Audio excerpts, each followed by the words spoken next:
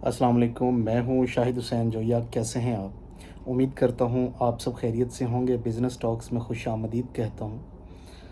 आ, sales के शोबे में आप और मैं अलग अलग इलाकों से तो हो सकते हैं, अलग अलग ज़ुबानें तो बोल सकते हैं, अलग रहन सहन, अलग मौसम बुदोबाश और अलग मसाइल हो सकते हैं, लेकिन जो एक कॉमन मसला आपका और मेरा होता है या हो सकता है वो है सेल्स।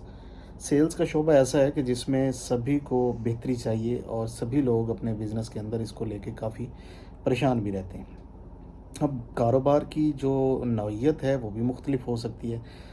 मिसाल के तौर पे जो आप काम करते हैं, मेरा कारोबार वो बिल्कुल ना हो या उससे बिल्कुल मैच ना करता हो। आप बिल्कुल डिफरेंट टाइप ऑफ बिज़नेस में हो और मैं बिल्कुल डिफरेंट टाइप ऑफ बिज़नेस में, लेकिन फिर भी सेल्स जो है वो हम सब का कॉमन मसला होता है। कुछ कारोबार ऐसे हैं जिनमें कस्टमर आपके पास आता है चल के, इसको अमूमन दुकानदारी कहा जाता है। यानी आप किसी भी जगह पे बैठे हैं, दुकानदारी है आपकी, कस्टमर आ रहा है, आप उसको चीज़ें फ़रोख्त कर रहे हैं।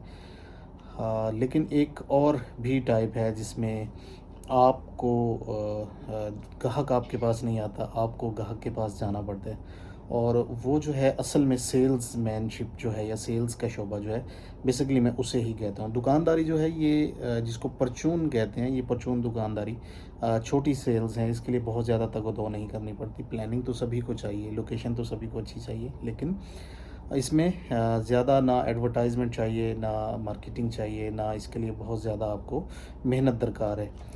बस आप बैठते हैं दुकान पे, कस्टमर आता है, उसमें वॉकिंग कस्टमर भी हो सकता है, आपके नज़दीक का कस्टमर भी हो सकते हैं। लेकिन जब आप इन दुकानदारों को चलाते हैं, इन दुकानदारों को माल अपना फ़रोख्त करते हैं, तो असल सेल्स वही सेल्स होती है जिसको बल्क सेल्स भी कहा जाता है। उसमें बहुत सारे जो प्रॉब्लम्स हैं वो लोगों को देखने में मिलते हैं। ज़्यादातर जो सेल्समैन होते हैं वो नौकरी पेशा होते हैं, यानी किसी ना किसी कंपनी के अंदर जॉब कर रहे होते हैं, उनकी अपनी प्रोडक्ट नहीं होती। लेकिन बहुत से ऐसे लोग भी हैं जिनके पास अपनी प्रोडक्ट होती है और वो सेल्स भी खुद ही करते हैं, तो सेल्स को लेके काफ़ी परेशान भी रहते हैं। तो आज जिस टॉपिक पे बात करने जा रहे हैं वो यही है कि इस सेल्समैनशिप को, यानी जो दुकानदारों को माल दिया जाता है जिसमें असल पैसा होता है, अगर मुझे दोबारा कभी चांस मिले कि मैं अपनी ज़िंदगी में क्या करूं या क्या करना चाहिए मुझे, तो मैं सेल्स के शोबे को चुनूंगा और वो बल्क सेल्स को चुनूंगा, ना कि दुकानदारी और परचून और छोटी सेल्स। ये वो बिज़नेस है, सेल्स का बिज़नेस, जो पाकिस्तान में सबसे बड़ा और सबसे ज़्यादा पैसा देने वाला कारोबार है। किसी भी कंपनी को उठाएं आप, मार्केट में वो कुछ भी बनाती है, बड़ी से बड़ी कंपनी, बिलाखिर उसको चीज़ बेचना होती है और जब तक बिकती नहीं है तब तक पैसा नहीं आता।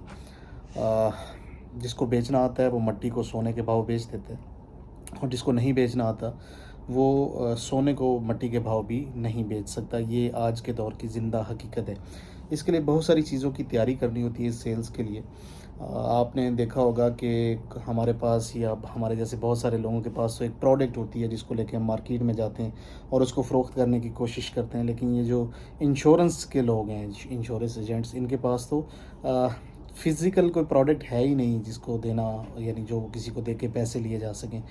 वो तो जो चीज़ फ़रोख्त करते हैं वो आपकी डेथ के बाद आपके वर्सा के काम आती है। इसके बावजूद वो अरबों रुपए की सेल्स निकालते हैं। इतनी टफ़ सेल होती है। मैं ये समझता हूँ कि सबसे मुश्किल सेल्स इंश्योरेंस की होती है। लेकिन पाकिस्तान में अरबों रुपए का कारोबार जो है वो इंश्योरेंस का भी हो जाता है। इसका मतलब ये है कि बेचना आता है तो आप कुछ भी बेच सकते हैं, और बेचना नहीं आता तो आपकी अच्छी से अच्छी प्रोडक्ट भी मार्केट के अंदर पिट सकती है। अब यहाँ पे मैं आपको कुछ एग्जांपल्स और कुछ गलतियाँ जो हैं उनके साथ समझाने की कोशिश करता हूँ। हम लोग इस सेल्स को बड़ा आसान समझते हैं कि बस हमने सुबह उठना है, जाना है, मिलना है और सेल्स हो जाएंगी और हमें उससे पैसे आने लग जाएंगे। ऐसा नहीं होता। जिस भी बंदे से, जिस भी दुकानदार से, जिस भी क्लाइंट से, जिस भी प्रोफेशनल से मिलने के लिए जाते हैं, आपको उसके लिए पहले तैयारी करना होती है। हम लोग क्या करते हैं, या तो रास्ते में सोच रहे होते हैं जब किसी को मिलने के लिए जा रहे होते हैं, या फिर वहाँ जाके आमने सामने बैठ के वहीं पे चीज़ें सोच के फ़ौरन तुरंत जवाब दे रहे होते हैं, जो कि नुकसानदेह होता है। उससे आपकी सेल्स में इजाफा नहीं होता बल्कि आपकी सेल्स में बहुत ज़्यादा गिरावट नज़र आती है। मैं बहुत सारी यूनिवर्सिटीज़ में जाता हूँ, बहुत सारे सेमिनार्स अटेंड करता हूँ, बहुत सारी फॉर्मल मीटिंग्स अटेंड करता हूँ, और यहाँ पे भी बिज़नेस टॉक्स के ऑफिसेज़ में भी सैकड़ों लोगों को मैं माहाना मिलता हूँ। تو میری ایک عادت تھی جو کہ ہر برے سیلس مین کی ہوتی ہے، وہ یہ کہ میں یا تو جیسے ابھی بتایا کہ رستے میں تیاری کرتا تھا، یا ایک ہی وہ رٹی رٹائی تقریر، یا ایک ہی چند پرانے گھسے پٹے جملے وہ کسی بھی اسٹیج پہ کسی بھی جگہ پہ بیٹھ کے بول دینا۔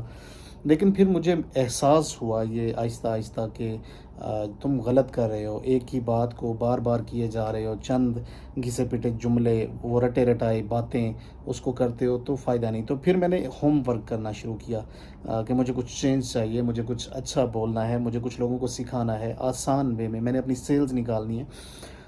تو جب بھی کہیں جاتا ہوں اب پریکٹس یہ ہے کہ اب میں کاغذ کے اوپر پہلے بیٹھ کے لکھتا ہوں چیزوں کو۔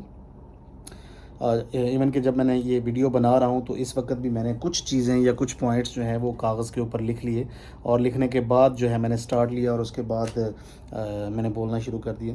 تو جب آپ کسی بھی چیز کی تیاری کرتے ہیں، بیٹھ کے لکھتے ہیں، تو آپ کو ریزلٹس ملتے ہیں۔ اگر آپ سیلز کے شعبے سے ہیں، کسی کو ملنے کے لیے جا رہے ہیں، اور پہلے سے ہی ایک خاکہ تیار کر لیا ہے، کچھ اچھے پوائنٹس آپ نے نوٹ کر لیے ہیں، جن جن باتوں پہ جا کے آپ نے ڈسکس کرنی ہے، جن مسائل کا وہاں پہ ذکر کرنا ہے اور ان کے حل پیش کرنے، وہ سارے اگر آپ پہلے سے ڈرافٹ بنا لیتے ہیں ایک دن پہلے یا چند گھنٹے پہلے، اور اس کے بعد تیاری کے ساتھ جا کے بات کرتے ہیں، تو آپ کی بات میں وزن ہوتا ہے، آپ کی سیلز بڑھتی ہیں، اس کے اندر اضافہ ہوتا ہے۔ لیکن اگر آپ ایسے ہی اٹھ کے چلے جاتے ہیں تو آپ کی سیلز گرتی ہیں اور مسلسل گرتی چلی جاتی ہیں۔ اسی طرح جب سٹیج پہ جا کے بولتا ہوں میں اب، تو پہلے 4 یا 5 اچھے پوائنٹس، اور جس موقع محل کی